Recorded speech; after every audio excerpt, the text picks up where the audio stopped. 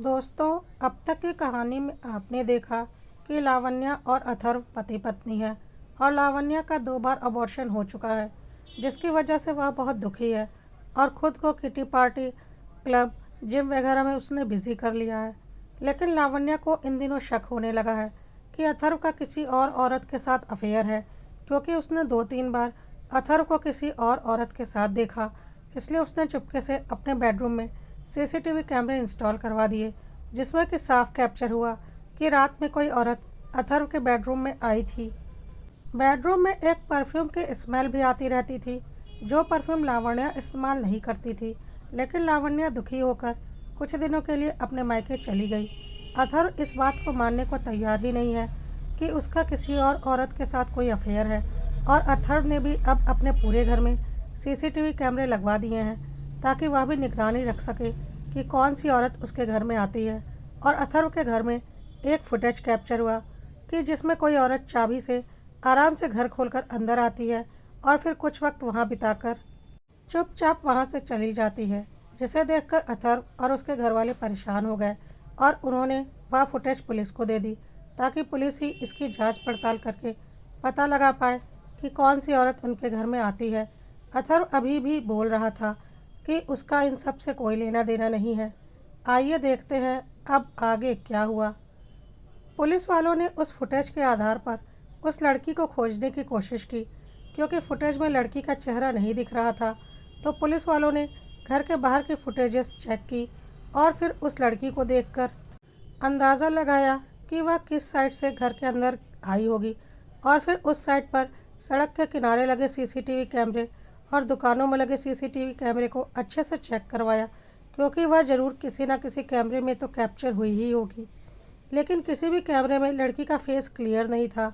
उसने बालों को इस तरीके से बना रखा था कि उसका चेहरा बहुत कम दिख रहा था। लेकिन एक फुटेज में वह लड़की ऑटो से उतरती हुई दिखी, इसलिए पुलिस वालों ने ऑटो के नंबर के आधार पर उस ऑटो वाले को बुलवाया और उस लड़की के बारे में पूछताछ की। ऑटो वाले ने बोल दिया कि उसने जहां बोला था वहां मैंने उसे उतार दिया, मैंने कुछ गलत तो नहीं किया। पुलिस वालों ने बोला, नहीं नहीं, तुमने कुछ गलत नहीं किया, हम तो बस उस लड़की को ढूंढ रहे हैं। क्या तुमने उसकी शक्ल देखी थी और कहाँ से उसने ऑटो बुक किया था? ऑटो वाले ने वह जगह बता दी, और शक्ल के बारे में ऑटो वाले ने यही बोला कि अगर आप उसकी फ़ोटो दिखाओगे तो मैं उसे पहचान लूँगा। पुलिस वालों ने जब अथर्व से उस जगह के बारे में पूछा जहाँ से उस लड़की ने ऑटो बुक किया था कि क्या उस जगह पर उसका कोई रहता है, तो अथर्व को उस जगह का नाम सुनकर हैरान हो गया और वह बोला, मैं अभी पुलिस स्टेशन आता हूँ। और वह पुलिस स्टेशन पहुँच गया और उसने ऑटो वाले को फ़ोटो दिखाकर पूछा कि क्या यही लड़की थी वह। ऑटो वाले ने बोला, हाँ यही लड़की थी। अब तो सब हैरान हो गए, क्योंकि वह लड़की और कोई नहीं, लावण्या थी। और ऑटो वाले ने जो एड्रेस बताया था वहाँ पर लावण्या के मायके का घर था। अब तो अथर्व हैरान हो गया, लावण्या उसके साथ इतना बड़ा खेल खेल रही है और उसे ही फंसा रही है। उसने पुलिस वालों से बोल दिया कि वह उसकी पत्नी है, उसे कोई गलतफहमी हो गई थी, उसे कोई केस नहीं करना, और वह घर आ गया। घर पर उसे अपनी बहन वंशिका, अपने मम्मी पापा और लावण्या और उसके मम्मी पापा को बुला लिया और सबके सामने अथर्व ने बोलना शुरू किया, आप लोग आज तक मुझे ही दोष दे रहे थे ना कि मैं लावण्या को धोखा दे रहा हूँ। नहीं, बल्कि लावण्या मुझे धोखा दे रही है। वह खुद को एक दूसरी लड़की साबित करके मुझे बदनाम करना चाहती है ताकि मुझसे तलाक लेकर छुटकारा पा सके और अपनी नई ज़िंदगी शुरू कर सके। खुद उसका किसी और लड़के के साथ अफेयर होगा और बदनाम मुझे कर रही है। इस फुटेज में जो लड़की है वह और कोई नहीं, लावण्या खुद है। ऑटो वाले ने उसे पहचान लिया है और पुलिस वालों ने मुझे सारे सबूत भी दिखा दिए हैं। कहकर अथर्व ने सारा कुछ सबको बता दिया, जिसे सुनकर सब हैरान हो गए। लावण्या ऐसा कर सकती है, वह भी अपने पति के साथ। आखिर क्यों क्यों फंसाना चाह रही है वह अथर्व को? लेकिन यह सब कुछ सुनकर लावण्या गुस्सा हो गई और बोली, क्या बकवास कर रहे हो तुम? तुमने खुद किसी और लड़की से अफेयर कर रखा है और मुझसे छुटकारा पाना चाहते हो, क्योंकि अब मैं ना पहले की तरह खूबसूरत हूँ और ना ही तुम्हारे बच्चों को पैदा कर पा रही हूँ। तो तुमने यह सारा खेल रचा है और अब मुझे ही फंसा रहे हो। अथर्व भी चिल्लाने लगा और बोला, बकवास मत करो, मेरी ज़िंदगी में तुम्हारे अलावा दूसरी कोई औरत नहीं है। लेकिन तुम्हारी ज़िंदगी में ज़रूर कोई दूसरा आदमी है और उसके पास जाने के लिए तुम मुझे बदनाम कर रही हो। लावण्या और अथर्व बुरी तरह से एक दूसरे से लड़ने लगे। इसी बीच लावण्या के मम्मी पापा ने अपने घर के आसपास की सीसीटीवी फुटेज चेक कर ली थी, जिसमें कि साफ कैप्चर हुआ था कि लावण्या ने ही उस तरह की ड्रेस पहनी थी और घर के बाहर से ऑटो लिया था। मतलब कि साफ था लावण्या ही उस दिन घर में आई थी। लेकिन वह कुछ भी मानने को तैयार क्यों नहीं हो रही थी। पर आखिर वह ऐसा कर क्यों रही थी। अब लावण्या के मम्मी पापा ने भी उसे ज़ोर से डांटा। एक तो गलत काम करती हो, ऊपर से अथर्व से ही लड़ाई कर रही हो। सारे सबूत तुम्हारे खिलाफ है। उसके कमरे में कोई लड़की नहीं आती। तुम खुद ही उस कमरे में कपड़े बदल कर जाती हो। लेकिन आखिर तुम ऐसा क्यों करती हो। यह सब कुछ सुनकर लावण्या ज़ोर ज़ोर से चिल्लाने लगी और बोलने लगी, मैं कुछ नहीं करती। सब कुछ यह अथर्व कर रहा है। यह मुझे मार देना चाहता है और मेरी जगह किसी और औरत को लेकर आना चाहता है। मैंने अपनी आंखों से इसे दूसरी औरत के साथ देखा है। इसकी तो इतनी हिम्मत बढ़ चुकी है कि उसे मेरे बेडरूम में भी बुला लेता है। कहकर लावण्या ने अजीब सा मुंह बना लिया था, जो कि बहुत डरावना लग रहा था। और वह सामने वाले कमरे की ओर जाने लगी और एकाएक बेहोश सी होने लगी। जब तक कोई उसे पकड़ता, उसने दरवाज़ा अंदर से बंद कर लिया था। सब हैरान हो गए थे, यह लावण्या क्या कर रही है। और सब बाहर से दरवाज़ा नॉक कर रहे थे। मम्मी पापा ज़ोर से चिल्ला रहे थे, बेटा दरवाज़ा खोल दे, हम तुझे कुछ नहीं बोलेंगे।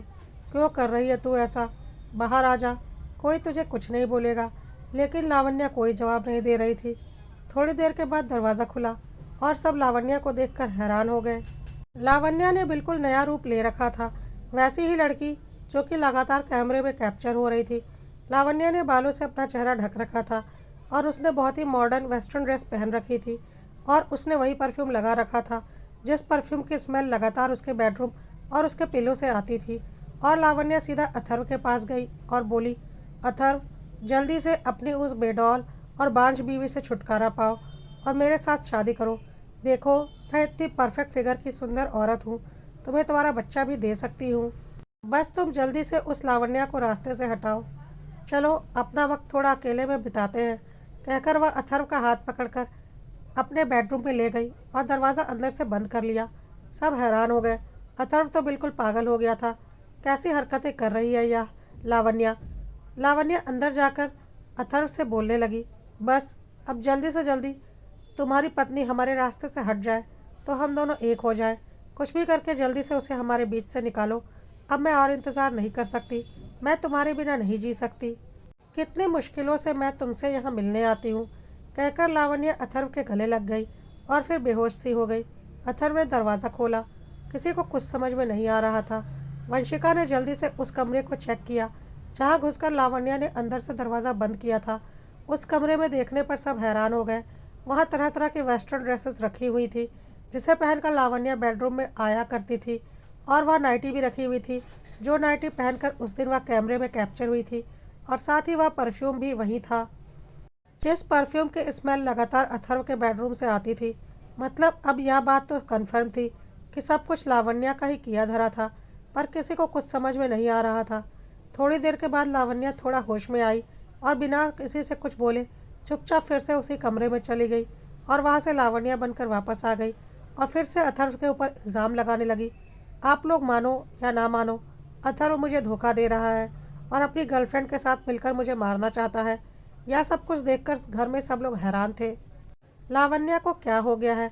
लावण्या के मम्मी पापा और अथर्व के मम्मी पापा को तो लग रहा था कि लावण्या के ऊपर किसी भूत प्रेत का साया आ गया है और वह लोग झाड़ फूक की बातें कर रहे थे।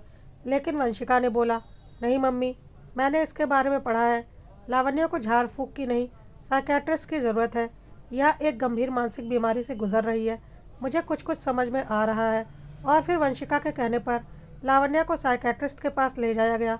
साइकेट्रिस्ट ने उससे अच्छे से बातचीत की और उसकी काउंसलिंग की तो उन्हें काफ़ी कुछ पता चला। उन्होंने लावण्या को अच्छे से समझाया और कुछ दवाइयाँ लावण्या को लिख कर दी। उसके बाद लावण्या को घर भेज दिया और उसके घर वालों से अकेले में बातचीत करने की बात कही। जब घर वाले और अथर्व साइकेट्रिस्ट से मिले तो साइकेट्रिस्ट ने साफ बोला, लावण्या के गंभीर मानसिक बीमारी है जिसे कि मल्टीपल पर्सनैलिटी डिसऑर्डर कहा जाता है। उससे ही वह जूझ रही है। इसमें एक व्यक्ति के अंदर एक से अधिक व्यक्तित्व का समावेश हो जाता है और एक ही वक्त में एक व्यक्ति दो या दो से अधिक जिंदगी जी रहा होता है। लावण्या की पूरी केस हिस्ट्री जानने के बाद मुझे समझ में आया है कि लावण्या का हाल फिलहाल में 2 बार अबॉर्शन हुआ है, वह भी 6 महीने के बच्चे का, जिसकी वजह से उसे बहुत ज़्यादा मानसिक आघात लगा है। वह इन दिनों इन्हीं सब बातों के बारे में सोचती रहती थी और कई बार शक करती रहती थी कि कहीं जानबूझकर उसके ससुराल वाले या कोई और उसके बच्चों को मार तो नहीं रहा। उसके मन में तरह तरह की बातें चल रही थी, जैसे कि शायद वह अपने ससुराल वालों को पसंद नहीं, इसलिए वह उसे रास्ते से हटाने के लिए यह सारा कुछ किया जा रहा है। शायद अथर्व का किसी और लड़की से अफेयर है, इसलिए वह यह सब कुछ जानबूझकर कर रहा है। शायद अब वह कभी माँ नहीं बन पाएगी तो अथर्व उसे छोड़ देगा। शायद बार बार अबॉर्शन होने की वजह से उसका फिगर पूरी तरह से ख़राब हो चुका है और वह अब अथर्व के किसी काम की नहीं रह गई है। शायद अथर्व को मॉडर्न और अच्छी फिगर वाली लड़कियां ज़्यादा पसंद है, इसलिए वह उसे इग्नोर कर रहा है। इस तरह की कई बातें लगातार उसके मन में चल रही थी, जिसकी वजह से वह लगातार डिप्रेशन में जा रही थी। वह ना मेंटली फिट थी और ना ही फिजिकली, क्योंकि उसका शरीर भी बहुत कमज़ोर होता जा रहा था और इसी वजह से लगातार डिप्रेस होते होते लावण्या इस गंभीर मानसिक बीमारी की शिकार हो चुकी है और उसने अपने खुद के अंदर एक दूसरी मॉडर्न लड़की डेवलप कर ली है। वह लड़की जिससे कि अथर्व का अफेयर है और जिस तरह की लड़कियों को अथर्व पसंद करता है, यह लावण्या की खुद की सोच है। इसलिए जब वह लावण्या के रूप में रहती है तो उसके दिमाग में वही फितूर चलता है कि अथर्व की ज़िंदगी में कोई और लड़की है, और जब वह उस लड़की के रूप में चली जाती है तो वह अथर्व को हर हाल में पाना चाहती है और लावण्या को रास्ते से हटाना चाहती है, क्योंकि यह लावण्या के खुद के दिमाग की उपज है कि अथर्व उसे छोड़ देगा। इसलिए वह उसे पाने के लिए और अपना बनाकर रखने के लिए खुद को उस लड़की के रूप में ढाल लेती है, लेकिन उसे खुद इस बारे में कुछ पता नहीं होता। वह जिस वक्त जिस रूप में रहती है उसे उसी रूप का ज्ञान रहता है और दूसरे व्यक्तित्व को वह पूरी तरह से भूल जाती है। और सबसे बड़ी बात, अगर हम लावण्या को यह बात बताएंगे तो वह कभी इस बात पर यकीन नहीं करेगी, क्योंकि यह मानसिक बीमारी होती ही ऐसी है कि खुद के अलावा दूसरे किसी व्यक्ति को वह सही नहीं मानता और खुद के दोनों रूपों का उसे खुद भी अंदाज़ा नहीं होता। यह बहुत ही गंभीर मानसिक बीमारी है और इससे निकलना बहुत ही मुश्किल है, लेकिन हाँ, दवाइयों से इसे कंट्रोल किया जा सकता है। और आप लोग लावण्या को बहुत प्यार दीजिए, उसे एहसास दिलाइए कि सब कुछ उसका है, कोई उसे छोड़कर कहीं नहीं जा रहा और कोई भी दूसरी औरत उसकी जगह नहीं ले सकती और वह अथर्व के बच्चे को जरूर जन्म दे सकेगी। धीरे धीरे जब उसे यह एहसास होने लगेगा कि सब उसके अपने हैं, कोई उसे नहीं छोड़ रहा और अथर्व की ज़िंदगी में कोई दूसरी लड़की नहीं है, तो वह खुद ही धीरे धीरे नॉर्मल होने लगेगी। और दवाइयाँ तो अपना काम करेंगी ही, बस उसे वक्त पर मेरे पास लेते आइएगा। उसे ठीक होने में थोड़ा वक्त तो लगेगा, आप लोगों को उसका साथ देना पड़ेगा, तभी वह इस बीमारी से रिकवर कर पाएगी। वैसे तो यह बीमारी बहुत रेयर होती है और जेनेटिक होती है, लेकिन कभी कभी परिस्थितियों वश लावण्या जैसी लड़कियां इसका शिकार बन जाती हैं। शायद वह अपने इमोशंस हैंडल नहीं कर पाती। यही सब कुछ लावण्या के साथ हुआ है। यह सब कुछ सुनकर लावण्या के मम्मी पापा और सास ससुर सब हैरान हो गए। किसी को यकीन नहीं हो रहा था कि लावण्या इतनी गंभीर मानसिक बीमारी से जूझ रही है और उनके सामने तो बिल्कुल सामान्य सी लावण्या दिखती थी। लावण्या को अभी भी यकीन था कि अथर्व की ज़िंदगी में कोई दूसरी औरत है। अभी भी वह कभी कभी दूसरी औरत का रूप लेकर उसके पास आ जाती थी, पर अथर्व ने अब उसे ठीक करने की सोच ली थी और जब भी वह दूसरे रूप में अथर्व के पास आती थी, अथर्व साफ साफ बोलता था, मैं मेरी लावण्या के अलावा किसी और के बारे में सोच भी नहीं सकता। तुम चली जाओ यहाँ से, मेरा तुमसे कोई रिश्ता नहीं है। मेरे लिए सिर्फ और सिर्फ मेरी पत्नी लावण्या ही मायने रखती है और मैं उसी के साथ अपनी ज़िंदगी गुजारूंगा और उसी के साथ अपना परिवार बनाऊंगा। वही भविष्य में मेरे बच्चों की माँ बनेगी। तुम मेरी ज़िंदगी में कोई मायने नहीं रखती। और जब वह लावण्या के रूप में होती थी तो अथर्व उसे पूरा एहसास दिलाता था कि उसके लिए वही सब कुछ है, कभी कोई दूसरी लड़की उसकी जगह नहीं ले सकती। साथ ही साथ दवाइयाँ भी अपना काम तो कर ही रही थी। धीरे धीरे लगातार जब लावण्या के दूसरे रूप को अथर्व ने दुत्कारना शुरू कर दिया था तो लावण्या ने धीरे धीरे वह रूप छोड़ दिया था। अब वह बहुत कम उस रूप में अथर्व के सामने आने लगी थी और धीरे धीरे वह पूरी तरह से उस रूप को भूल गई थी। अब काफ़ी वक्त से लावण्या उस रूप में अथर्व के पास नहीं आई थी। शायद अब वह धीरे धीरे सामान्य हो रही थी और एक बार फिर लावण्या की ज़िंदगी खुशहाली की ओर बढ़ने को थी। शायद इस गंभीर मानसिक बीमारी से लावण्या बाहर निकल चुकी थी, अथर्व के साथ की वजह से। वैसे तो यह बीमारी पूरी तरह से कभी ठीक नहीं होती, पर हाँ, भावनात्मक सपोर्ट और दवाइयों के साथ इसे काफ़ी हद तक कंट्रोल में रखा जा सकता है।